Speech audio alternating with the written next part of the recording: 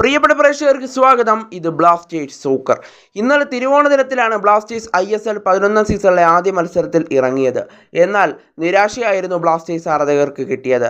തിരുവോണ ദിനത്തിൽ ഒരു ഓണസമ്മാനം തന്നെ ബ്ലാസ്റ്റേഴ്സ് ആരാധകർ പ്രതീക്ഷിച്ചിരുന്നു. എന്നാൽ ബ്ലാസ്റ്റേഴ്സ് തിരുവോണ നാളിൽ തന്നെ ISL 11 സീസൺ തുടങ്ങിയത് ഒരു തോൽവിയോടുകൂടിയാണ്.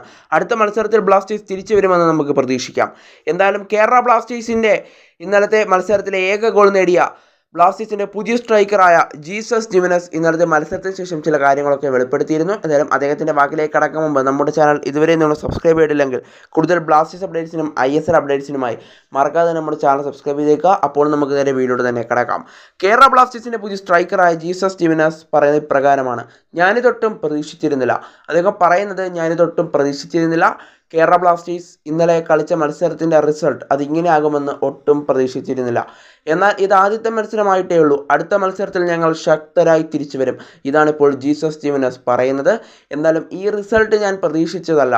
ഇതായിരുന്നില്ല ഞങ്ങൾ പ്രതീക്ഷിച്ചത്. ഒരു വിജയമായിരുന്നു ഞങ്ങൾ പ്രതീക്ഷിച്ചത്. എന്നാൽ ഞങ്ങൾക്ക് കിട്ടിയത് പരാജയമാണ്.